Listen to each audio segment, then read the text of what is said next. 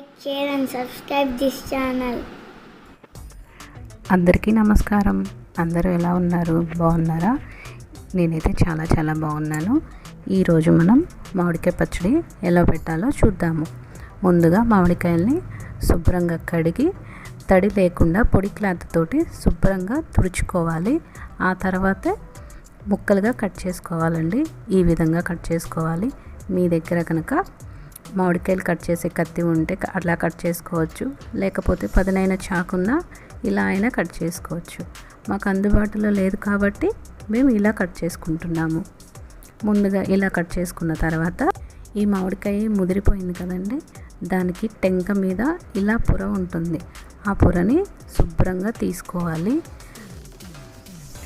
ఇలా ఒక్కొక్క ముక్కకి పొరని శుభ్రంగా తీసుకొని పక్కన పెట్టుకోవాలి. లేతకాయలకైతే ఉండదండి, కొంచెం టెంక ముదిరింది కాబట్టి ఆ పొర ఉంటుంది. పొర తీసిన తర్వాత శుభ్రంగా తడి లేకుండా మళ్ళీ తుడుచుకోవాలండి. ఏమైనా పొర ఉంటే మళ్ళీ పోతుంది కదా, అందుకని నేను ఇలా పొడి క్లాత్ తోటి శుభ్రంగా తుడిచి పక్కన బేసిన్లో వేసుకున్నానండి.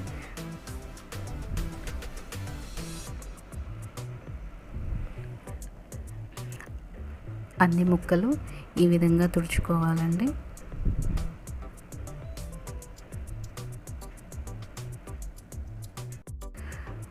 ముక్కలన్నీ మనం శుభ్రంగా తుడుచుకొని పక్కన పెట్టుకోవాలి.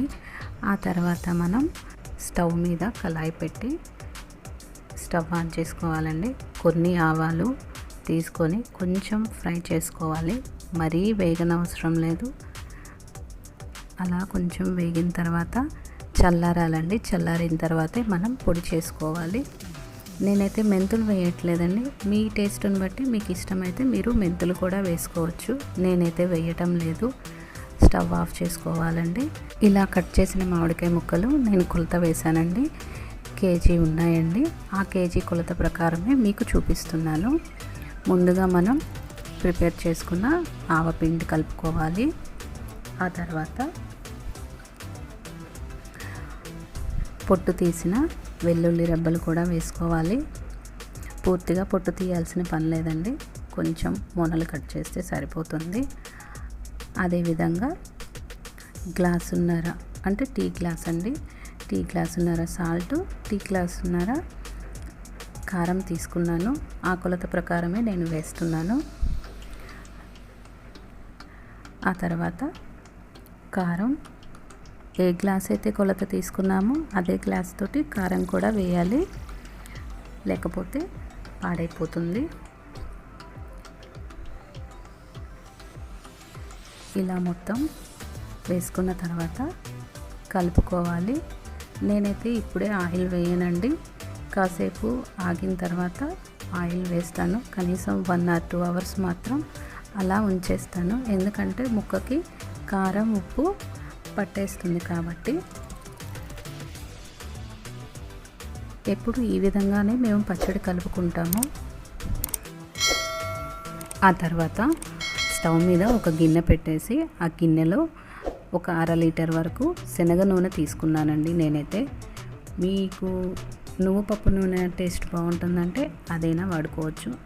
మేమైతే మాత్రం శనగ నూనె వాడతాము. నూనె బాగా కాగాలండి. కాగిన తర్వాతే మనం తాలింపు వేసుకోవాలి. నూనె బాగా కాగిందండి. 1 స్పూను జీలకర్ర, ఆ తర్వాత కట్ చేసిన 6-7 ఎండుమిర్చి, ఆ తర్వాత 1 స్పూను ఆవాలు, ఇవన్నీ వేసుకున్న తర్వాత తాలింపు వేగుతుందండి. వేగిన తర్వాత మనం స్టవ్ ఆఫ్ చేసుకోవాలి. నూనె చల్లారిన తర్వాతే మనం పచ్చడిలో కలుపుకోవాలండి. వేడి మీద అయితే కలపొద్దు. ఆ తర్వాత పచ్చడి ఇలా ఉంటుందండి. ముక్కకి కారం ఉప్పు అలా పట్టేస్తుంది. ఆల్మోస్ట్ నాకు 3 hours తర్వాతే నూనె కలుపుతున్నానండి. నూనె బాగా చల్లారింది. ఇలా కలుపుకోవాలి.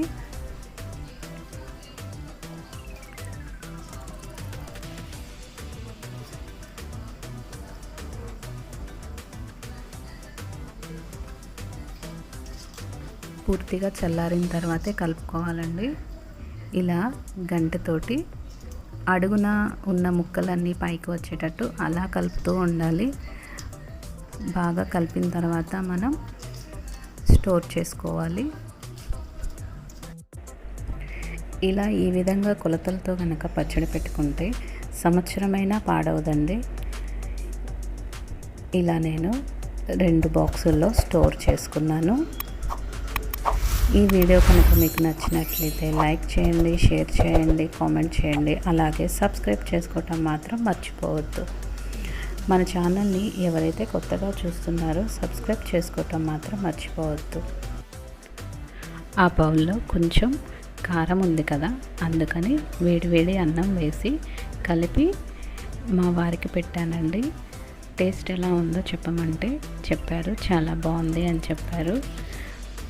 మనం ఏదైనా వంట చేసినప్పుడు ఎవరైనా బాగుంది అన్నారంటే మాత్రం మనకి చాలా సాటిస్ఫాక్షన్ ఉంటుంది కదండి.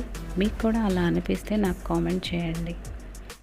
మళ్ళీ నెక్స్ట్ వీడియోలో కలుద్దామండి. అంతవరకు బాయ్. Thanks for watching.